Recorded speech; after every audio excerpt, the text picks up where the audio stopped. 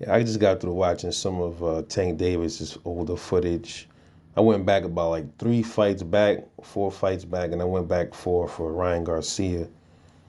And that's something that I don't really hear a lot of people talking about when it comes to um, Ryan Garcia's power and Tank Davis' power. Now, given Tank Davis might have a pretty solid chin, uh, I would say the hardest punches Tank has ever faced would be Isaac Cruz, Rolando Romero. I would think maybe those are the top two, if any. I wouldn't even call Mario Barrios top, all the way up there as far as punching power. But I would say Isaac Cruz and Rangos and Rolando Rolly Romero. You can argue the fact Mario Barrios. You can throw him in there as well. And he took them shots well from these cats. And he was buzzed a little bit from Mario Barrios. I didn't really see him hurt that much with Isaac Cruz. I think Rolly buzzed him. He ate that pretty well too, but he said that shit hurt. He admitted it. One thing about Tank Davis, he's brutally honest with a lot of stuff. But I watch Tank when he's doing his knockouts. See, Tank Davis, he has one of the highest KO ratios in boxing, 93, I think. Ryan Garcia is 81, 82% knockout ratio. Now, when Tank gets knockouts, it's not like a almost like a Wilder one punch knockout. It's not like that. It's like Tank Davis systematically he breaks you down or he catches you later on in the fight. That's why a lot of Tank Davis's knockouts would be late. A lot of them are late stoppages because he'll tire you out or wear you down and then he goes in for the kills. Kind of like Tank reminds me of one of those big cats. How they catch when they wear down, they prey or get them tired and then go in there and go for the kill. That's almost like Tank Davis. But he does have destructive knockout power though when he does clip you. Like he's a good counter knockout artist. He did that to Rolly Romero. He can do that. Um,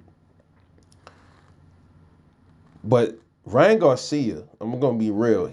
He has scary power, bro.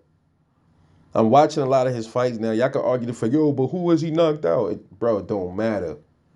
When you look at all of these stoppages that Ryan Garcia got, a lot of them were one punch, and he's knocking them out, and he's getting them out of there. He's putting them in another place, bro. He did that to Duno, Fonseca, and a few other dudes. I'm watching these fights, and I'm like, it's not like he's beating these dudes up, breaking them down to get the KO. He's just flushing these dudes, almost similar to Deontay Wilder, y'all. And I know y'all don't want to hear this, but that's the truth. It's the truth. I know the Tank fanboys don't want to hear this. Listen. Y'all know me. I'm not a fanboy of Ryan Garcia at all. I think I also say he was a big ass fraud when it came to a lot of things in the past that he did. But I gotta respect him for getting this fight done with Tank. Okay? But I can't take nothing away from this dude. The dude got scary knockout power, man. It is what it is. Tank Davis knows it. His camp knows it. That is why Tank said he's not trying to get hit by none of them bombs. He said it himself. So they are very aware of the danger of this fight. I'm watching it and I'm like, okay, Tank is a slow starter. And if Ryan hits him the wrong way, I can see the same thing happening to Tank Davis. The thing that Tank has going for him though is he has the equalizer as well.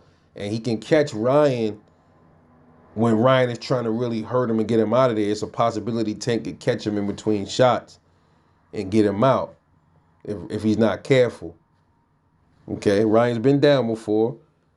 That doesn't mean that if Tank hits him, he's going to automatically knock him out. I've been seeing those comments too. I see a lot. Now, I'll be real.